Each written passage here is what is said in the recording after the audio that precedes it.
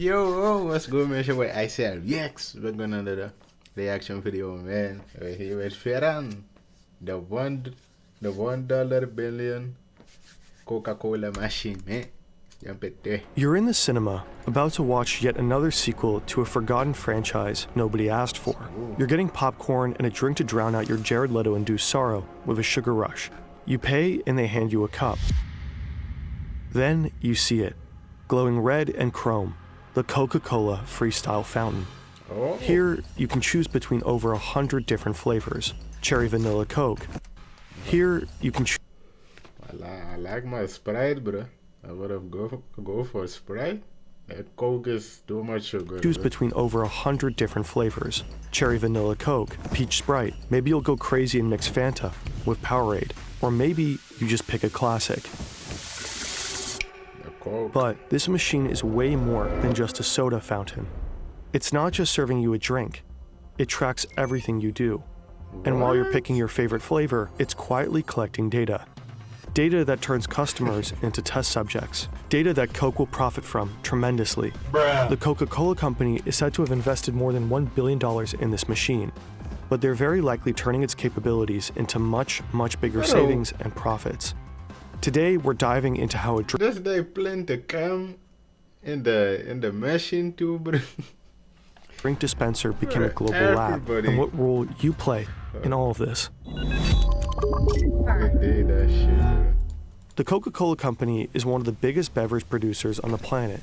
The conglomerate controls almost half of the global soda market, making billions in revenue every year. And one important way they sold their many drinks. But one time, if you guys remember when Cristiano Ronaldo removed the Coca-Cola from the table and put the water, the Coca-Cola stock go down immediately. Bro. Like, that was crazy, bro. Has long been soda fountains. In the olden days, ordering a soft drink would work like this. You'd walk up to the counter, place your order, and someone would pour your drink into a cup. Then self-service fountains arrived. Now you could fill your own cup at your own discretion. When you were a kid, this fountain was everything. You could mix yourself something truly undrinkable.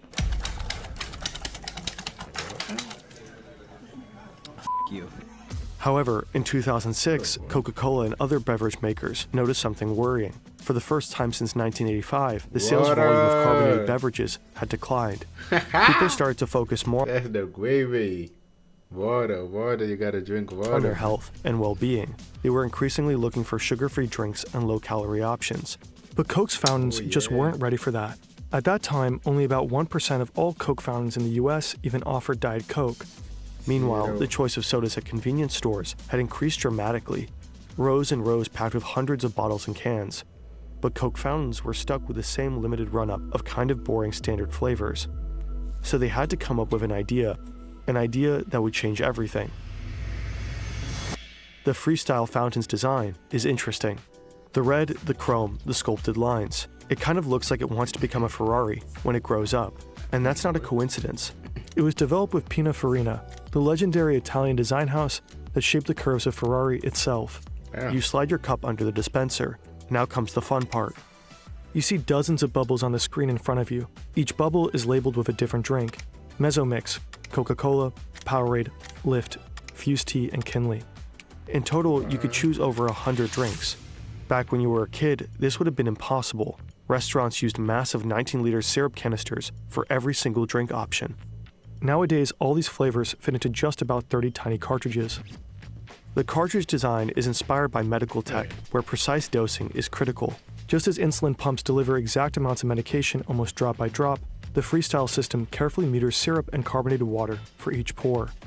In theory, every pour is perfectly measured, drop by drop, turning your drink into a precise masterpiece. But Coke from a Freestyle fountain actually tends to taste a little different from the one you buy in the supermarket. In contrast to the old canister systems that pre-mix syrup and sweetener, Freestyle keeps flavors, sweeteners, and carbonated water separate. Now, when you press the button, the flavor, sugar, and carbonated water are combined on demand. This can make your Coke taste slightly different from other preparations. Staring at the bubbly screen, curiosity kicks in. You came in for your usual, but you gotta admit, Some options here are tempting. You tap the Powerade Yeah, bubble, bro. and suddenly a whole lineup You see all them drinks? appears. Oh, they got a. Here are tempting. Wait, You tap the Powerade bubble, and suddenly a whole lineup appears. they got the calories. Powerade too, raspberry, Powerade lemon, Powerade strawberry. much So many calories? choices. Which one to pick? You even mix a Yeah, drink that that's doesn't exist crazy. before. You could create your own secret flavor. And won't that make you special?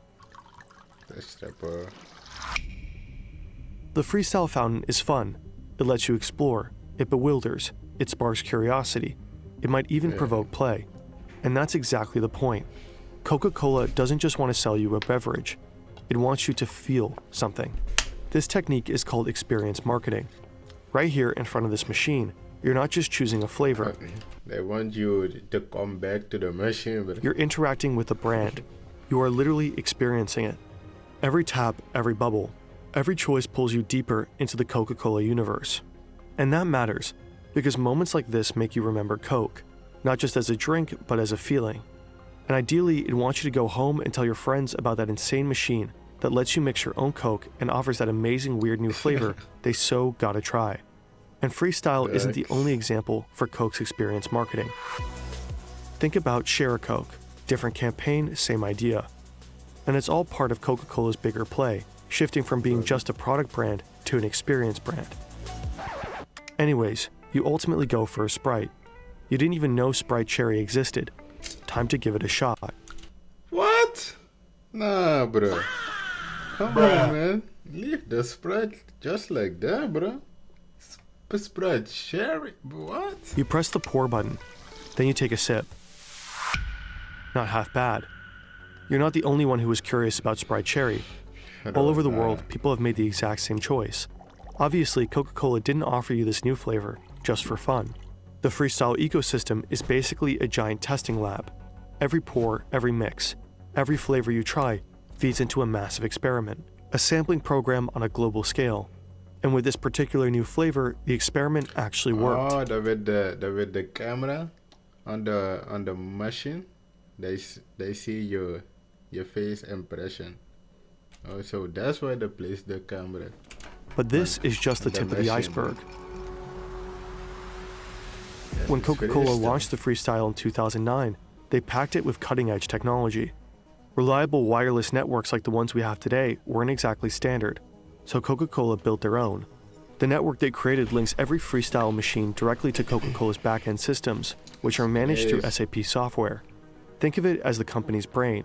It keeps track of everything happening across all departments in real time.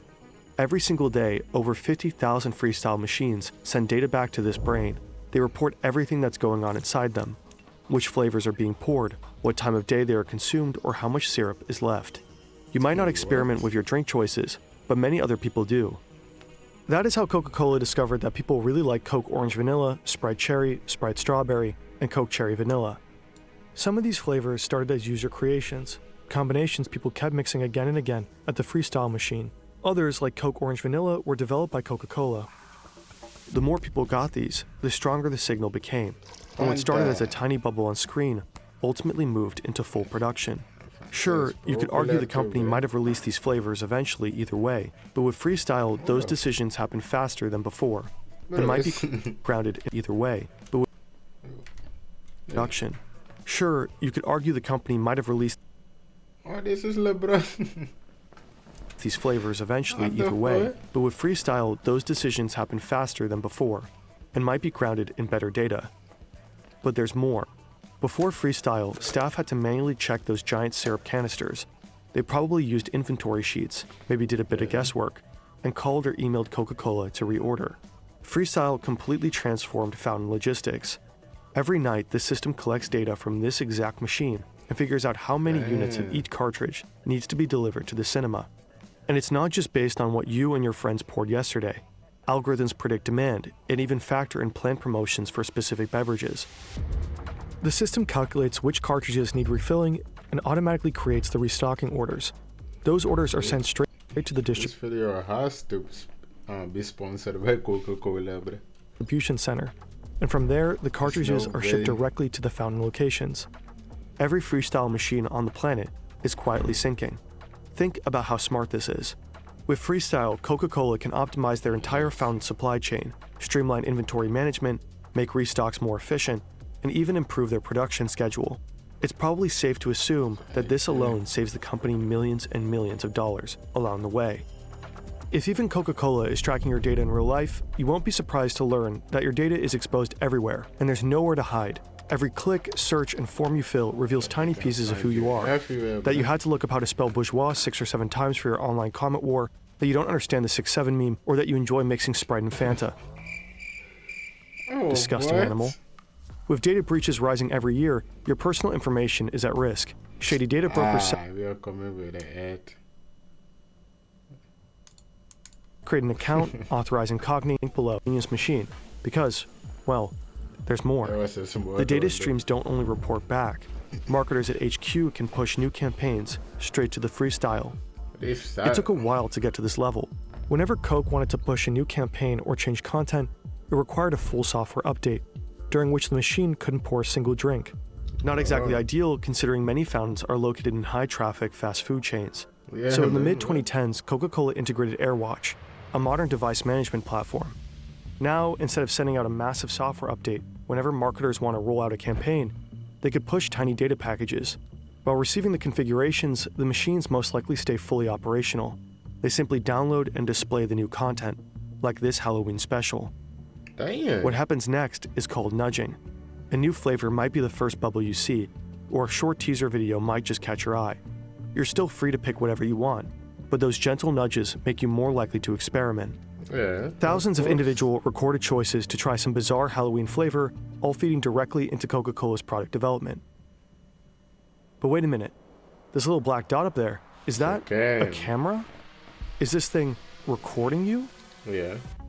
Well, Of course. Coca-Cola did plan to install a camera in one And the question is, every camera records you nowadays. of their Freestyle models. They even included it in their spec sheet and described it with the words, future capability for motion sensing and facial recognition. This way, the company could have tracked every smile when you mix flavors, every frown when it doesn't taste right after a little test sip, literally observing which combos make you happy or annoyed. Every reaction is data. But could they really pull this off? At least in theory. In Europe, for example, strict data protection laws such as general data protection regulations would likely not allow this to happen. In the US, however, businesses and event venues are increasingly experimenting with facial analysis and recognition technology in public spaces, so hypothetically, it might be feasible there. According to Fortune, in early 2024, AI Because US is all about money, business. company Quantify referenced a facial recognition project tied to Freestyle. In a now-removed entry on their website, it reportedly said, each vending machine comes with a camera installed, in which an image is captured for every customer interacting with the machine. Coca-Cola's marketing team aspired to use these images to generate insights on consumer preferences and usage patterns. Reportedly, Quantify built a machine learning model to detect customer demographics. Basically, the Coca-Cola company could know you're a guy in your 20s, standing here grabbing that Sprite cherry. After Fortune asked questions, the post seemingly vanished. A spokesperson for Coca-Cola said cameras in Freestyle fountains were just tested in a laboratory setting from 2018 to 2019. When we asked Coca-Cola about this, they did not respond. The creepy camera hole aside, the technology is pretty impressive. A single globally deployed machine expanding flavor variety, strategically pushing experience marketing, enabling hyper-detailed flavor testing, micro-campaigning, and optimization of the supply chain. You probably stood in front of one of those before and never even had a clue. Not me, definitely not me. Because I don't even know what Coke tastes like anymore.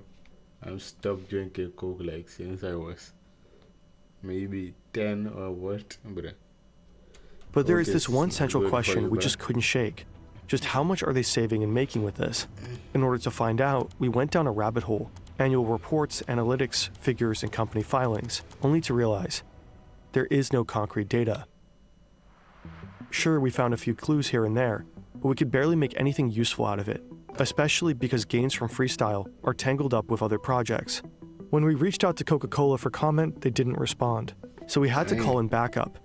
Enter Yannick, the team's spreadsheet wizard. He dove into everything we could find out about Freestyle and started making sense of it. His analysis is split into 3 parts. First, payback. Let's start with Coca-Cola's assumed revenue from freestyle machines. To get a rough baseline, we looked at something similar, loyalty programs like Payback.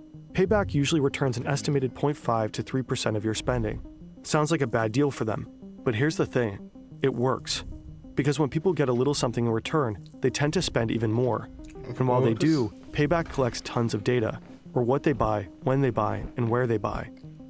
You can't fully compare Payback to Coke Freestyle, but both follow the same idea. Encourage people to buy, and learn as much as possible while they do. The data collected through loyalty programs like Payback enables targeted marketing and personalized offers, helping deliver messages that are relevant to individual consumers. Studies like this one show that loyalty programs can improve gross margins by 2 to 4%, not simply because people buy more, but because companies can make smarter, data-driven marketing and product decisions. Using that logic, we can conservatively assume a 2% margin on revenue for Freestyle. This is a very rough estimate, but enough to get a sense of scale. According to one source, Coke Freestyle machines dispense around 4 billion drinks per year. Assuming an average of $2 per drink and a 2% margin, that adds up to roughly 100. Bro, do you know how many sugar is that, bro? 4 billion, bro. How many sugar is it? Ah, damn. $60 million in yearly gains, well over $1 billion since Freestyle's inception. Sheesh, Second, the value of data. Back in 2015, Coca-Cola teamed up with Hivery, a company focusing on AI-driven optimization. Their mission was to optimize vending machine sales. One of Hivery's clients was Reyes Coca-Cola Bottling Co., a U.S. bottler with roughly 19,000 vending machines in hospitals across California and Nevada. Hivery's software combined sales data with machine learning and some algorithms to predict demand for every beverage in every machine. Reportedly, Reyes saw a 6% sales increase and a 15% reduction in restocking trips. These numbers suggest that data-driven supply chain management can generate significant sales boosts and cost savings. It is reasonable to assume that Freestyle fountains could yield similar results. Third, new flavors. Some of the new flavors Coca-Cola launched based on their Freestyle testing turned out about as popular as the deeply disappointing and unwanted sequel you're going to endure in a few minutes. Take Coke Cherry Vanilla, for example. Even though it was one of the most beloved Freestyle combos, Coca-Cola decided to not produce any more in 2024 due to declining demand. Freestyle may help spot promising new flavors, but it doesn't seem to be foolproof. Out of 4 flavors brought to the market, 2 did not survive. What? They tried to mix with the strawberry. Coke with strawberry. What? With cherry? This doesn't necessarily mean they were bad investments, just that they weren't long-term hits. Coca-Cola may have overestimated how representative Freestyle users are for the broader market. Again, our request for comment went unanswered. While Coca-Cola rarely publishes concrete sales data for specific products, we found a number for one of their newer non-Freestyle Sprite products that shows the potential of this market. Sprite Chill generated $15 million in sales in its first 21 weeks in the North American market. Again, it's hard to estimate the total profit the company may have made through new flavors that started on Freestyle, and how important the found data was for their success. But looking at all 3 aspects of Yannick's analysis, one thing is relatively safe to assume. The $1 billion Coca-Cola reportedly invested into these machines has long been made back. Facts? Nigga, of course. Long time, bro. They are making a bag, bro. They are big. Everybody drink Coke. Not almost, every day. Everybody. If you guys like the reaction, make sure you guys like and subscribe. Comment which type of videos I should react to more often, man. Have a great day, man. Peace.